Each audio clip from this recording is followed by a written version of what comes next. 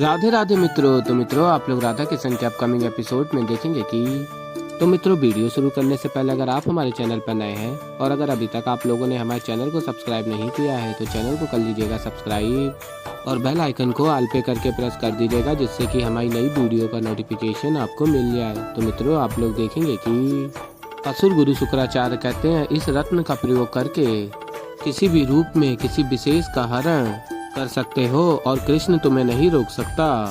और फिर कृष्ण कहते हैं कह सकते हैं कि मैं अभी रोक नहीं सकता, क्योंकि ये समय मेरे कर्म करने का नहीं है, ये समय है दाऊ के कर्म करने का। अब तुम वो करो जो तुम्हारा कर्म है, वो भोगो जो तुम्हारी नियति है। मैं कुछ समय के लिए विश्राम कर लेता हूँ। और फिर आगे आप लोग देखेंगे दाऊ कहते हैं अरे वैष्णवी तुम अभी तक सोई नहीं। और फिर गोपी बताती है शंखचूड़ के भय से मुझे निद्रा ही नहीं आ रही है दाऊ। उसने कहा था कि वो एक एक कर सबको उठा ले जाएगा। और फिर दाऊ कहते हैं देखो वैष्णवी तुमने मुझे अपना दाऊ कहा है ना, अपने दाऊ पर इतना विश्वास करो, मेरे रहते वो शंखचूड़ तुम्हें कोई हानि नहीं पहुंचा पाएगा। मैं यहीं तुम्हारे कक्ष के बाहर ही पहरा दे रहा हूँ, रात्रि भर यहीं रहूंगा, इसीलिए तुम निश्चिंत होकर सो सकती हो। और फिर आगे आप लोग देखेंगे बलराम दाऊ पहरा दे रहे होते हैं, तभी शाम आ जाता है और कहता है ताऊ श्री मैंने सभी रक्षकों को रात भर सावधान रहने का निर्देश दे दिया है। यदि उन्हें कुछ भी संदेहजनक लगा तो वो हमें तुरंत सूचित करेंगे। और फिर बलराम कहते हैं उत्तम शाम, किंतु हम मात्र रक्षकों पर निर्भर नहीं रह सकते, हमें स्वयं भी रात भर सावधान रहना होगा। मैं यहाँ वैष्णवी के द्वार पर रक्षा करता हूँ, तुम जाकर राधा के कक्ष के बाहर सज्ज हो जाओ। और फिर आगे आप लोग देखेंगे कि रुक्मिणी कहती है भोर से रात्रि हो गई, किंतु श्री कृष्ण की अब तक कोई सूचना नहीं है, पता नहीं वो अभी तक शंखचूड़ तक पहुँचे भी होंगे या नहीं। और फिर राधा कहती है चाहे जो कुछ भी हो जाए अधिक समय तक शंखचूड़ कृष्ण से छिप नहीं पाएगा और मुझे पूर्ण विश्वास है कि कृष्ण उसे उसके कर्मों का फल उसे अवश्य देगा। और फिर रेवती कहती है हम सबकी यही प्रार्थना है कि शंखचूड़ नामक समस्या का अंत हो। और फिर आगे आप लोग देखेंगे शंखचूड़ द्वारिका के समक्ष होता और कहता है समस्या तो अब बस आरंभ हुई है, अब बस देखते जाओ कि मैं क्या करता हूँ। और फिर शंखचूड़ अपनी मुकुट की मणि से प्रकाश उत्पन्न करता है, उस दिव्य प्रकाश को कोई भी देख नहीं पा रहा होता है। और फिर रेवती कहती है प्रकाश कैसा, और बलराम दाऊ कहते हैं कदाचित ये शंखचूड़ का ही कार्य है, मुझे उस ओर जाकर देखना होगा कि ये रोशनी आ कहाँ से रही है। और फिर दाऊ बुलाते हैं सैनिकों को और कहते हैं जब तक मैं द्वार पर लौटता नहीं तब तक इस द्वार की सुरक्षा तुम दोनों पर निर्भर है, कोई भी परिस्थिति में इस द्वार से हटना मत। और फिर आगे आप लोग देखेंगे गोपी कहती है ये इतना तीव्र प्रकाश कहाँ से आ रहा है।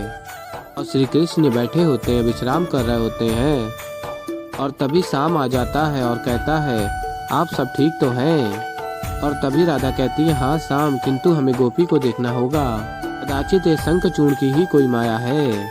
और फिर शाम कहता अवश्य ही श्री राधा आप चिंता मत कीजिए। और बताता है शाम ताऊ श्री हैं उनके साथ, वो सुरक्षित ही होंगी, यहाँ आप सबकी सुरक्षा करने का दायित्व मेरा है, आप सब मेरे साथ चलिए आइए। तभी राधा कहती है नहीं नहीं, पहले हमें गोपी को देखना होगा, मुझे ऐसा प्रतीत हो रहा है कि कुछ अनिष्ट घटने वाला है। और फिर मित्रों आप लोग आगे देखेंगे कि गोपी कह रही होती है दाऊ रक्षा करो मेरी, बचाओ मुझे कोई। और शंखचूड़ अपनी शक्तियों से गोपी का अपहरण कर लेता है। और तभी सभी आ जाते हैं गोपी के कक्ष में और देखते हैं कि गोपी अपने कक्ष में नहीं है। और फिर सभी देखते हैं शंखचूड़ ने गोपी का अपहरण कर लिया होता है। और गोपी कहती है रक्षा करो मेरी, और शंखचूड़ अत्यंत प्रसन्न हो रहा होता है। और फिर तभी बलराम दाऊ कहते हैं देखो शंखचूड़ जो भी तुम कर रहे हो उसका परिणाम मृत्युदंड है, छोड़ दो सखी को। और फिर शंखचूड़ कहता है मुझे भयभीत करने का प्रयत्न छोड़ो और जाओ उस कृष्ण से जाकर कहो कि वो सभी गोपियों को ये स्वीकार करने के लिए कहे कि शंखचूड़ ही सर्वश्रेष्ठ है, सबसे सुंदर और मनमोहक है और वो सब केवल मुझसे प्रेम करेंगी। यदि ऐसा नहीं हुआ तो मैं इन्हें नहीं छोड़ूंगा, अन्यथा आज नहीं तो कल मैं इनसे बलपूर्वक विवाह करके रहूंगा। और अत्यंत प्रसन्न हो रहा होता है शंखचूड़। और फिर मित्रों आप लोग आगे देखेंगे कि श्री कृष्ण कहते हैं शंखचूड़ तुमने अपने कर्म फल की ओर एक और कदम बढ़ा दिया है। और फिर आगे आप लोग देखेंगे बलराम दाऊ कहते हैं कान्हा सबकी सुरक्षा मेरे ऊपर छोड़कर गया था, किंतु वो एक कार्य भी मैं नहीं कर पाया। यदि मैं वैष्णवी के कक्ष से उसे छोड़कर नहीं गया होता तो कदाचित ये शंखचूर्ण उसका अपहरण कभी नहीं कर पाता। और फिर रेवती कहती है, आर्य स्वयं को दोष मत दीजिए, अभी नहीं तो फिर कभी शंखचूर्ण को अपनी करनी का फल भोगना ही होगा। और फिर राधा कहती है, रेवती उचित कह रही है दाऊ, हमें निराश नहीं होना चाहिए, बल्कि हम सबको मिलकर कृष्ण की सहायता करनी चाहिए शंखचूर्ण को ढूंढने में। और फिर दाऊ कहते हैं, नहीं राधा, अब मैं और अधिक तुम सबके प्राण संकट में नहीं डाल सकता।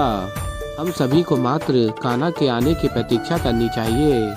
और फिर शाम कहता है, किंतु ताऊ श्री राधा उचित ही कह रही हैं। यदि हम सब मिलकर पिताश्री की सहायता करेंगे तो हम सब शीघ्र ही इस समस्या से निकल पाएंगे।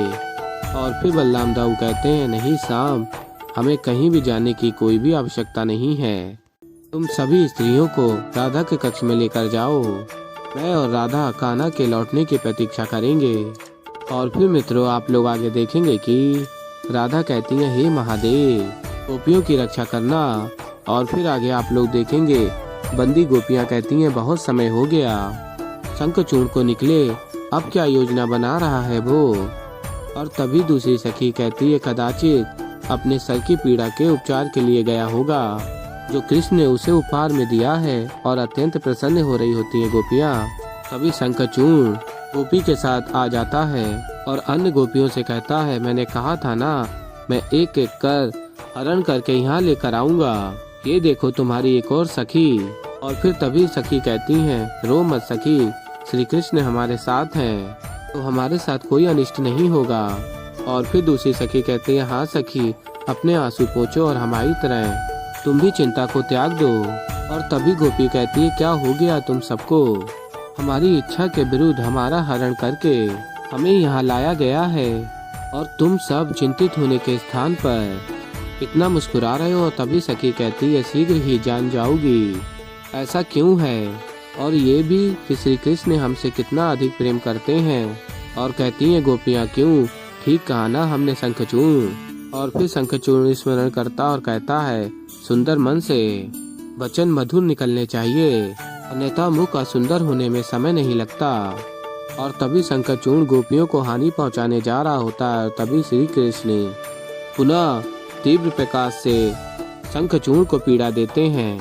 और तभी गोपी पूछती अपनी सखियों से, इसे क्या हो गया है, अचानक इतना शक्तिशाली शंखचूर्ण पीड़ा से कहरा रहा है। और फिर तभी गोपी को सखियां बताती हैं, श्री कृष्ण के कारण वो प्रत्यक्ष में यहाँ नहीं, पर परोक्ष में हम सभी का कवच बनकर खड़े हैं। श्री कृष्ण अपनी प्रिय सखियों को कोई भी हानि नहीं पहुँचने देंगे। और फिर मित्रों, आप लोग आगे देखेंगे कि श्री कृष्ण कहते हैं, चाहता तो मैं यही हूँ कि तुम्हें कोई भी प्राण हानि ना हो, किंतु क्या करूँ, तुम्हारे कर्म ही कुछ ऐसे हैं।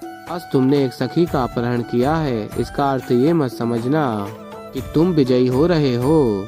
इसका अर्थ तो बस ये है कि तुम अपने विनाश की ओर आगे बढ़ रहे हो, उसी के अनुसार कर्म कर रहे हो। बस तुम्हारे विनाश से पूर्व इस संसार को और तुम्हें एक आवश्यक सीख देनी है मुझे। और जब ये कार्य संपन्न होगा, तब तुम्हारे हर पाप का दंड तुम्हें मिलेगा। और फिर मित्रों, आप लोग आगे देखेंगे कि गोपियाँ कहती हैं शंखचूर्ण से, जब तक कृष्ण हमारे साथ है तब तक कोई हमारे विरुद्ध कुछ नहीं कर सकता। और फिर मित्रों, आप लोग आगे देखेंगे कि बलराम दाऊ और राधा कृष्ण की प्रतीक्षा कर रहे होते हैं। और फिर राधा दाऊ से कहती हैं, दाऊ, मेरा तो यही सुझाव है कि हमें यहाँ पर कृष्ण की प्रतीक्षा करने के स्थान पर शंखचूर्ण को ढूंढने जाना चाहिए। तभी श्री कृष्ण आ जाते हैं और बलराम दाऊ पूछते हैं, कान्हा तुम अकेले ही आए हो, बाकी गोपियाँ कहाँ हैं। और फिर श्री कृष्ण कहते हैं, गोपियाँ क्षमा कीजिए, मैं उन्हें ढूंढ नहीं पाया, मैंने बहुत प्रयास किए, किंतु क्षमा कीजिए, मैं ढूंढ नहीं पाया, मैं कल ढूंढ लूँगा, अभी थोड़ा विश्राम कर लेता हूँ। और तभी राधा कहती है, कृष्ण तुम्हें विश्राम की पड़ी है, तुम्हें ज्ञात भी है कि तुम्हारी अनुपस्थिति में यहाँ क्या क्या हुआ है। तो ऐसे ही मित्रों, आगे और भी बहुत कुछ देखेंगे। तो अभी के लिए इस वीडियो में इतना ही। तो मित्रों, अगर आप लोगों को हमारी वीडियो पसंद आई हो तो वीडियो को कर दीजिएगा लाइक। चैनल पर नया है तो चैनल को कर लीजिएगा सब्सक्राइब। और मैं मिलता हूँ जल्दी आप लोगों को एक नई वीडियो के साथ। तो तब तक के लिए राधे राधे।